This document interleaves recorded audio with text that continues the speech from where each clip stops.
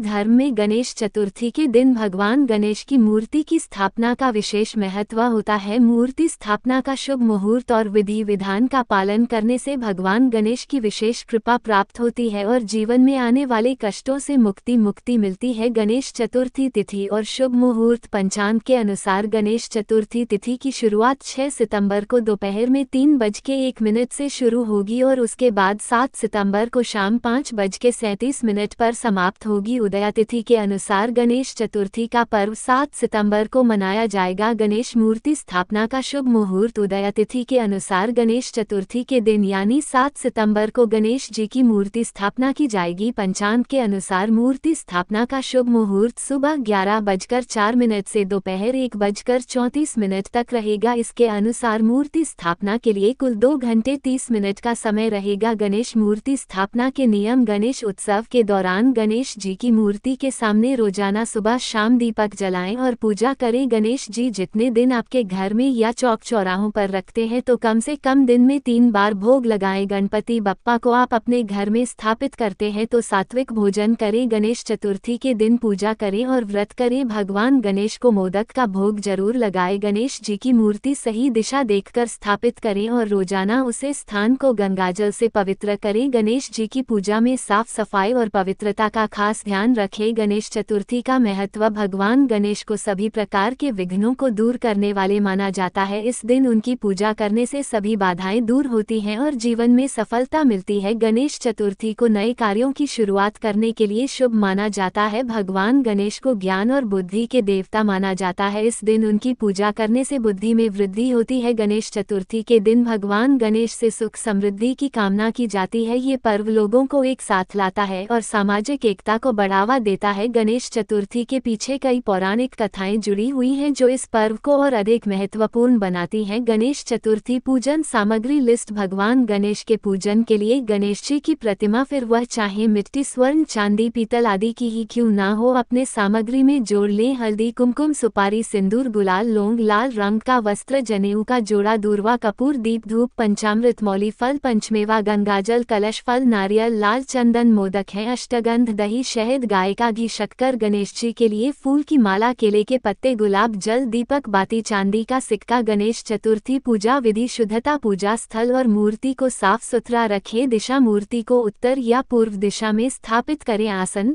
मूर्ति को एक साफ आसन पर स्थापित करें। स्नान। मूर्ति को गंगाजल से स्नान कराएं। वस्त्र। मूर्ति को साफ और नए वस्त्र पहनाएं। श्रृंगार। मूर्ति को सिंदूर, रोली, चंदन आदि से श्रृंगार करें। अर्चना।